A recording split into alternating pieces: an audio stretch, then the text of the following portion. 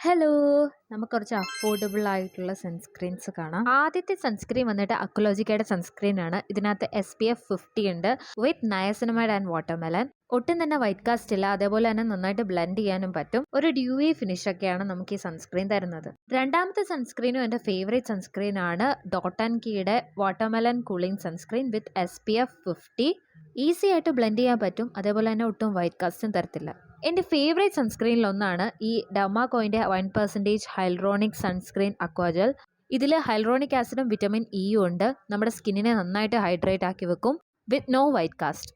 വലിയ തിരക്കേടില്ലാത്തൊരു സൺസ്ക്രീനാണ് ഈ കഫേൻ്റെ green tea lotion sunscreen എന്ന് പറയുന്നത്. ഇതും SPF 50 ആണ്. നമ്മുടെ സ്കിന്നിലോട്ട് പെട്ടെന്ന് തന്നെ ബ്ലെൻഡ് ആവും. വൈറ്റ് കാസ്റ്റ് ഒന്നും തരത്തില്ല, പക്ഷേ ഓയിലി സ്കിന്നുകാർക്ക് കുറച്ച് ഓയിലി ആവാൻ ചാൻസ് ഉണ്ട്. നല്ല ഡ്രൈ സ്കിൻ ഉള്ളവർക്ക് പറ്റിയൊരു സൺസ്ക്രീൻ ആണ്. കമ്പാരിറ്റീവ്ലി ബാക്കിയുള്ള സൺസ്ക്രീൻ വെച്ച് കുറച്ച് അഫോർഡബിൾ ഈ സൺസ്ക്രീൻ ആണ്. അത്രേ ഉള്ളൂ. ബൈ.